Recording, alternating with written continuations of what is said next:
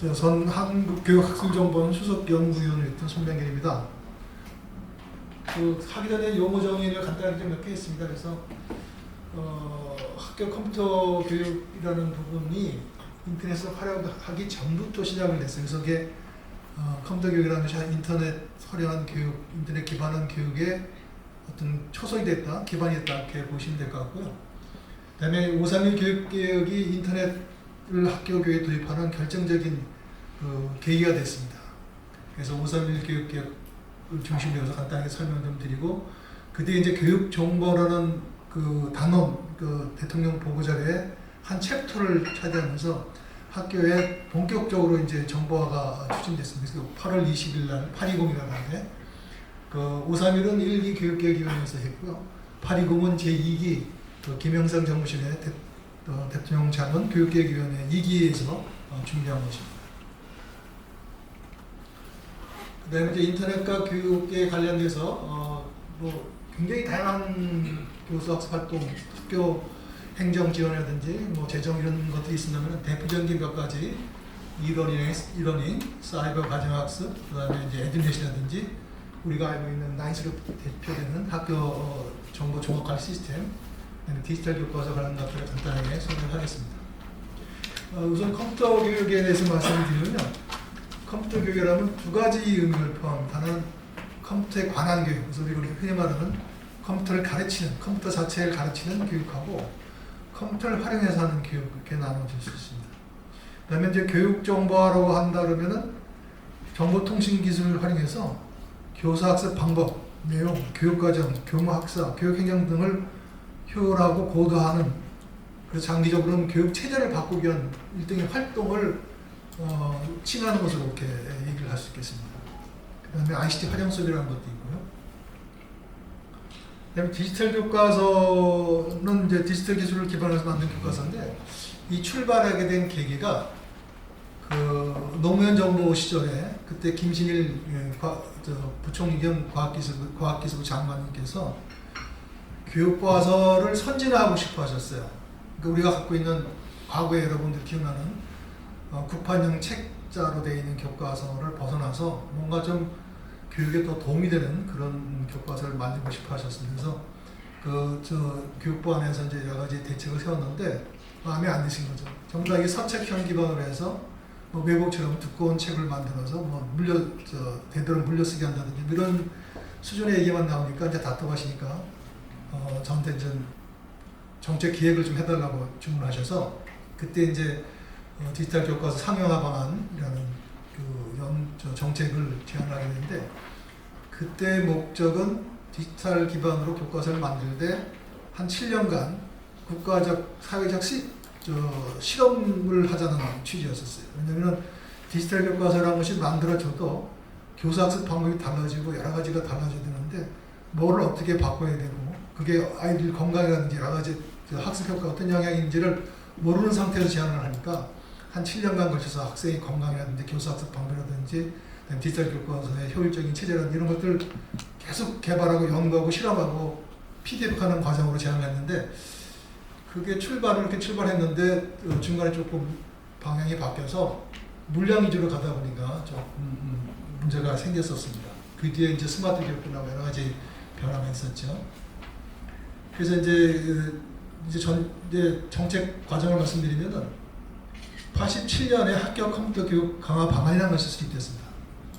이때까지만 해도 컴퓨터를 학교 보통 교육에 도입하지는 않았고, 주로 실업계 고등학교, 그러니까 공업고등학교라든지 상업계 고등학교에서 직업기술 교육의 일환으로 컴퓨터를 가르치고 있던 상황입니다. 그래서 그것을 일반 학교, 초중등학교에서 이제 컴퓨터에 대해서 교육을 하자는 쪽으로 바뀌는데, 계기가 그 당시 전두환 대통령 시절인데, 전두환 대통령이 이제 내각에 지시를 한 거죠. 컴퓨터 앞으로 중요한 사용이 되니까 학교 컴퓨터 교육을 좀 해봐라 이렇게 지시를 하니까, 그걸 바탕으로 준비된 게 이 정책입니다. 그래서 학교에 다양한 컴퓨터도 보급하고 교사 연수도 하고 컴퓨터를 활용하는 교육도 도입하는 등 여러 가지 설계를 하게 됐습니다. 그래서 참고로 말씀드리면 그 당시 80년도 현재의 초중등학교 보급되어 있는 컴퓨터를 보시면 지금 보면 정말 구석기 시대이죠.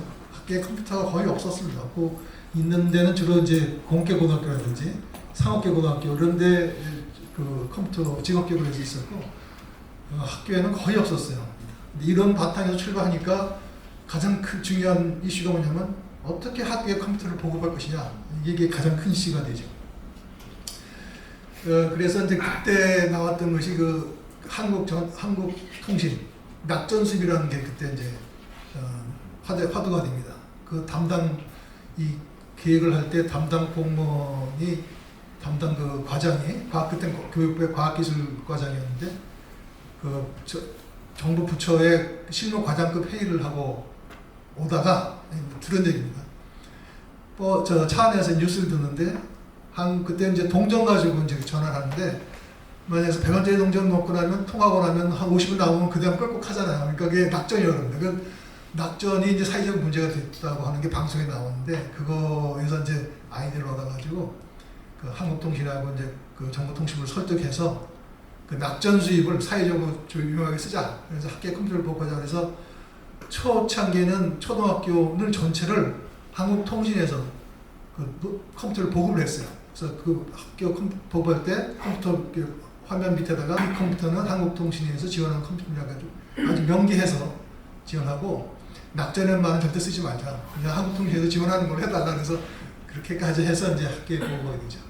그 뒤에 이제 그 김영삼 정부 시절에 교육개혁을 이제 추진하게 됩니다. 그때 박세일 그 수석께서 주도를 하셨는데 대통령장은 교육개혁위원회에서 교육개혁 방안을 만들어서 대통령께 보고하면은 내각에서 그걸 받아들여서 정책화하는 과정을 밟았습니다. 그때 나온 것이 이제 5.3일이 제2차인데 본격적인 이제 그 교육개혁 방안을 발표를 했습니다. 여기에 이제 첨단 멀티미디어 정보통신 기술을 활용하여 누구나 시간과 공간의 제약을 받지 않은 상태에서 교육을 받을 수 있도록 하자. 이게 이제 교육정보화의 구체적인 명칭은 안 다르지만은 교육정보의 출발이라고 보셔도 될 것 같습니다. 그래서 이를 위해서 국가 멀티미디어 교육지원센터하고 첨단학술정보센터를 설치하자 이렇게 제안을 했습니다.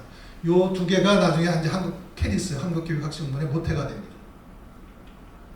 그다음 이제 본격적인 교육정보에 대한 부분인데 이게 이제 820 교육개혁 방안에서 이게 이제 3차 보고입니다. 이게 이제 교육정보라는 하나의 챕터로 해가지고 다양한 교육 정책, 개혁 정책을 제시하면서 대표적인 것이 이제 21세기형 첨단 시공학교 및 가상대학, 이게 사이버 대학의 이제 그 모태가 되는 제안이었습니다.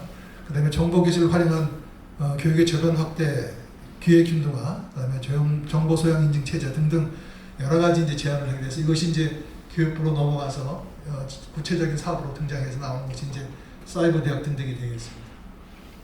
김대중 정부에 들어와서 한 단계 더 도약을 하는 기회를 갖게 됩니다. 그래서 대통령 신년사에서 2000년 신년사에서 세계에서 가장 컴퓨터를 잘 쓰는 나라를 만들겠다라고 이렇게 선언을 합니다. 그래서 그것을 바탕으로 해서 1단계 교육정보화 종합계획, 아까 얘기했던 그런 정보화 계획들을 조기 달성시킵니다. 그래서 교사용 PC, 1교사 1PC, 그다음에 교육용 PC를 갖다가 학생들이 수업을 할 수 있을 정도 수준까지 다 조기에 완성시키고, 그 다음에 이제 그 교원 연수, 교육용 콘텐츠 개발, 그 다음에 학내 전산망을 구축하게 됩니다.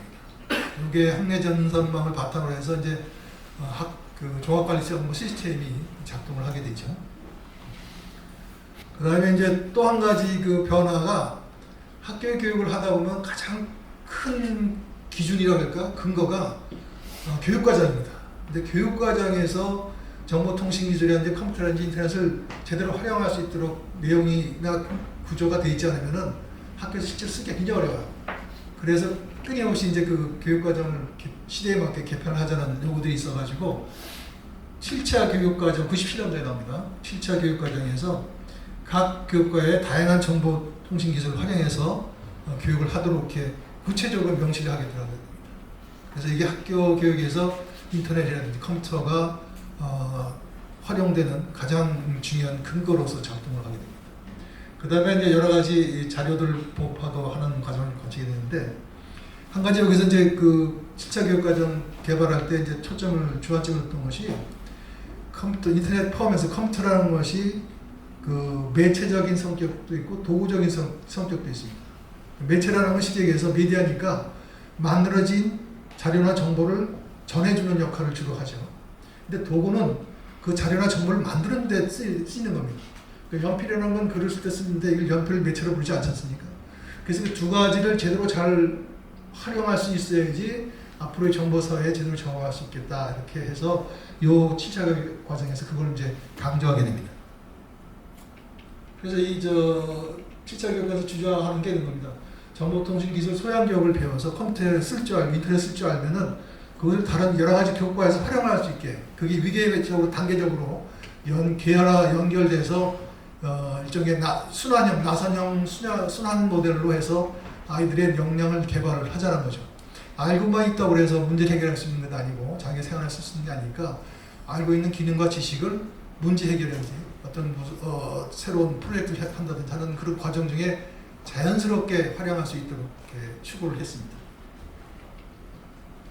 근데 이런 정책을 뒷받침하는 중요한 기구로 이제 설립된 것이 한국교육학술정보원입니다.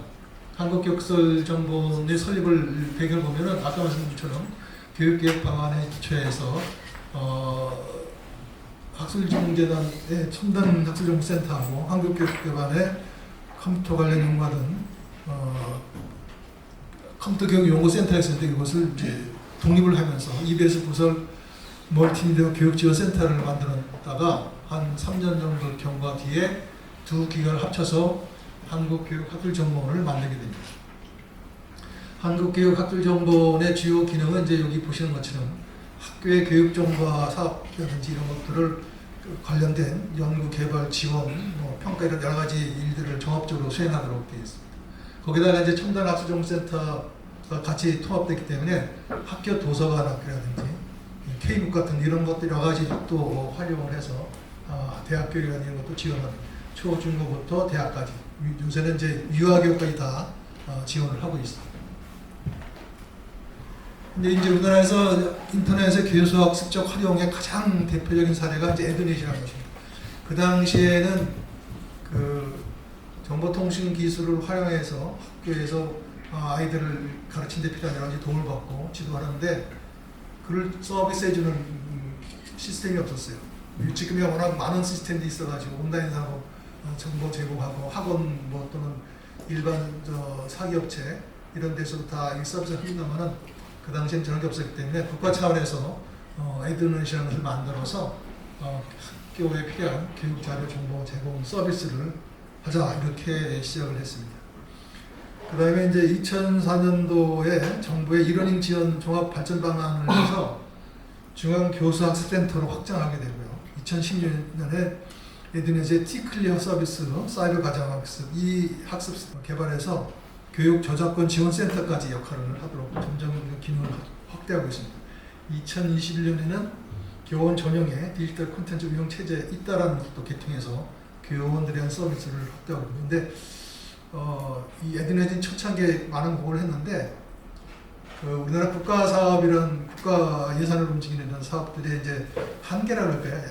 단점인 것이 전부 다 예산 위주로 이제 움직이다 보니까 정부 예산은 규모가 이제 정해져 있죠. 실링이 있는데 계속해서 새로운 정책 이슈가 발생하면 그쪽에 예산을 쏟아야 되기 때문에 과거에 있던 사업들에 대해서 예산을 계속 지속적으로 필요한 만큼 지원하기 어렵습니다. 그래서 에드넷 같은 이런 사업들이 좋았는데 그 뒤에 여러 가지 기술 변화, 발전, 사회 이용 이런 변화에 따라서 계속 더 많은 투자가 있어야 되는데 그게 이제 어려움을 겪어서 지금은 주로 정부 정책 사업을 지원하는 쪽의 역할로 전환이 돼 가고 있는 중입니다.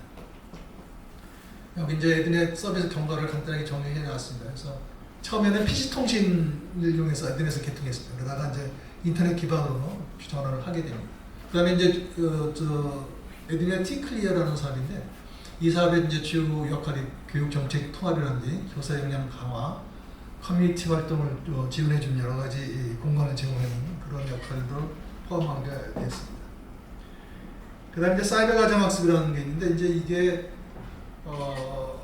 사교육비 대책으로 이제 계속 그 인터넷 활용한 교육을 정부에서 계속 추진하게 됩니다. 그래서 이제 사이버 학습 지원 체제를 구축하기 위해서 2004년도에 이제 시범 운영을 하고 2006년부터는 초등학교 4학년부터 고등학교 1학년까지 대상을 확대해서 진단과 그다음에 그에 따른 처치 이런 것들을 해줄 수 있는 여러 가지 서비스를 하고 있고, 이것들은 지금도 각 시도교육청별로 자체적으로 이렇게 또 사이버 가정학습 비슷한 운영을 하고 있습니다. 그래서 아마 코로나 때 이것들이 바탕이 돼서 학교 교육이 그나마 돌아가는데 상당히 도움이 된 걸로 좀 파악되고 있습니다. 그래서 구조를 보시면은 이런 식으로 구성이 되어 있습니다. 사이버 선생님이 계시고 학생, 학부모, 그다음에 서비스 시스템이 있어서 지원을 서로 주고받게 되어 있죠. 그래서 방과후 자율학습이라든지 수업 연계 이런 것들도 가능하도록 되어 있습니다. 그다음에 이제 사이버 학습, 가정학습의 주요 변화 단계를 간단하게 정리해 놨습니다. 인터넷, 아까 말씀드린 인터넷 사용량 추진 방안을 발표해서 추진해 왔는데, 이 최근에 이제 AI 디지털 교과서라는 이름을 바꿨는데, 지금은 이제 우리한테 주어진 과제입니다. 지금 진정한 의미에서 AI 기능이 있는지, 그걸 디지털 교과서 어떻게 통과해서 무엇을 얼만큼 지원할 것인지는 아직도 불분명한 것 같아요. 좀 더 발전이 필요할 것 같습니다. 그 다음에 이제 교사학습 분야 말고 학교 행정, 그러니까 학교의 교무학습 쪽하고 재정 쪽이 있는데 그것을 지원하는 활동을 하게 되어 있습니다. 그래서 처음에는 이제 인사급여 프로그램을 이용해서 인사급여를 이렇게 오프라인 쪽으로 처리하다가 점점 온라인 쪽으로 발전하게 되죠. 그래서 과거에 CS 시스템은 이렇게 구성이 되어 있었고요. 이것이 이제 여러 가지 문제를 야기를 하게 돼서 나이스 시스템을 구축하게 됩니다. 최근에는 이제 제4세대 나이스 시스템을 개통해서 운영을 하고 있습니다. 나이스 시스템 서비스의 개념도는 이와 같습니다. 그 다음에 이제 에듀파이라는 것인데, 이건 학교의 그 예산을 운영하는 그런 시스템입니다. 그러니까 과거에는 교사가 결제를 하면은 학교 사무실 가가지고 집행을 해가지고 예산을 집행했는데, 요새는 이걸 이용해서 예산을 교사가 직접 물건 구매하거나 서비스를 구매해서 활용할 수 있도록 되어 있습니다. 시사점을 간단하게 공부가 끝나겠습니다. 뭐 잘된 점이라고 얘기한다 그러면은 뭐 국가수련에서 교육 정보라는 걸 통해서 교육의 제대로 표현을 빌면 틀과 방식, 체제를 바꾸는 미래지향적인 그 활동을 하게 됐다는 점이 이제 가장 좋을 것이고요. 잘못된 점이라고 굳이 얘기한다 그러면은 우리나라의 정책 일반적인 현상입니다만은 정책을 수립해서 시행하면은 반드시 모니터링하거나 평가해서 피드백하고 수정보하는 그런 시스템이 아주 원활하게 돌아가야 되는데, 정책을 수립해서 집행하는 과정 중에 수많은 공무원들이 바뀌고 정책이 어떻게 됐는지에 대한 모니터링이 좀 부족해요. 이 점은 굉장히 지금 앞으로 고쳐나가야 될 숙제고, 그다음에 물량 중심의 이제 단기적인 성과 위주로 운영을 하는 경우가 많습니다. 왜냐하면 담당 공무원이라는 부처에서 자기들이 재임하는 기간 동안에 뭔가 성과를 내야 된다는 강박관념인지 이렇게 해서 그런 면에서 좀 아쉬움이 좀 있었고요. 네, 마지막입니다. 이제 시사점을 얘기한다면 특히 교육정보가 우리가 안 가던 남들이 안 간 길을 가는 개척자의 길입니다. 대한민국이 처음에 이제 교육정보 시작할 때 전 세계에서 가장 앞서가는 나라였었습니다. 근데 그때 앞서간 나라의 역할 중에 하나가 다른 그 기관들의 방향을 제시해 줄 수 있어야 돼요. 그러면 분명하게 우리가 하고 있는 일에 대해서 평가하고 검증하고 그 결과를 공개적으로 리포팅하고 하는 그런 일련의 과정이 필요합니다. 근데 이것이 소홀히되면은 우리가 많은 시간과 노력을 들여서 일을 했지만은 외국에서 그걸 갖다가 모델로 접근을 할 때 굉장히 부담스럽죠. 증거가 없으니까, 성과라든지 여러 가지 문제점에 대한 증거가 없으니까. 그 다음에 이제 그런 것들, 이제 연구, 개발, 평가, 이런 모니터링, 이런 시스템적인 체계가 좀 더 강화되는 것이 앞으로 더 중요하다, 이렇게 생각이 들고요. 왜냐하면 우리나라가 세계 최초로 앞서가는 나라가 되기 위해서는 더 필요하다고 생각합니다. 그 다음에 이제 계층, 지역 등에 관한 격차 해소가 굉장히 중요합니다. 우리가 정보를 처음 추진할 때는 이 세대 간 또는 지역 간 또는 그 계층 간 격차를 줄 수 있는 중요한 기회라고 얘기를 하고 수단이라고 생각했는데, 결과적으로 보면은 격차를 더 확대시키는 효과가 있었어요. 세계적으로 인터넷이나 컴퓨터를 도입해서 쓰는 나라하고 그렇지 못한 나라하고 생산성이라든지 국력이라든지 복지라든지 이런 면에서 격차가 점점 더 확대되는 경향, 국내적으로 마찬가지인 것 같습니다. 그래서 그 문제에 대해서는 굉장히 신경을 많이 써야 될 것 같습니다. 그 다음에 이제 정보통신기술 관련돼서는 균형 있는 접근이 필요하다고 생각됩니다. 이건 옛날에 쓰던 자료인데 이 물통이 있고 물속에 물의 수위가 교육 정보 또는 인터넷 활용의 효과라고 보면은 그 물통의 외곽을 구성하고 있는 여러 가지 요소들이 있습니다. 하드웨어, 소프트웨어 등등 다 있는데 어느 한쪽에 구멍이 나면 저런 식으로 물이 다 빠져나가서 전체적인 효과가 떨어질 수밖에 없죠. 그래서 균형 잡힌 시각과 균형 잡힌 접근이 가장 시급하다 이렇게 생각합니다. 이상입니다. 감사합니다.